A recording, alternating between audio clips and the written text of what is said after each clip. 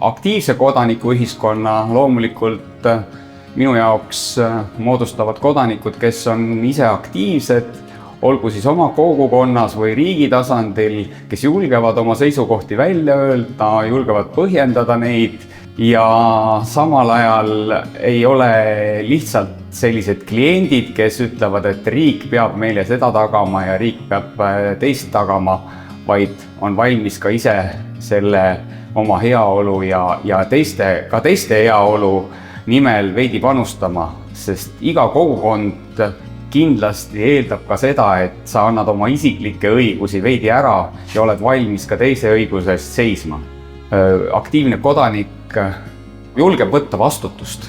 Sageli juhtub nii, et me võiksime kõik teha midagi, mis meil on meelepärane, aga me ei julge võtta vastutust, sest me kardame läbi kukkuda ja kardame teiste ootusi petta. Seda ei maksa karta, sellepärast et aktiivne kodanik on just selline, kes julgeb ka eksida ja julgeb ennast parandada ja teha kõike selleks, et ühiskond muutuks paremaks, kogukond muutuks paremaks ja meie elu Eestis muutuks paremaks. Iga kodanik vajab tunnustamist, toetamist ja esile toomist.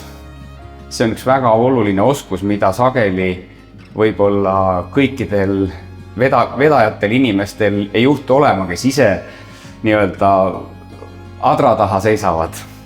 Sest nad oma suures tegemistuhinas võib-olla unustavad teised ära. Kodanikupäeva puhul on väga oluline osa inimeste tunnustamisel. Ükski tunnustus ei saa sündida ilma selleta, et ei esitataks kandidaate. Olgu selleks siis oma sõber kodukülast, kogukonnast, organisatsioonist, aga miks mitte ka suuremalt üle Eesti. Kui on kedagi märgatud, see on väga oluline inimestele, kes panustavad oma aega ja energiat kogukonna ja ühiskonna parandamiseks.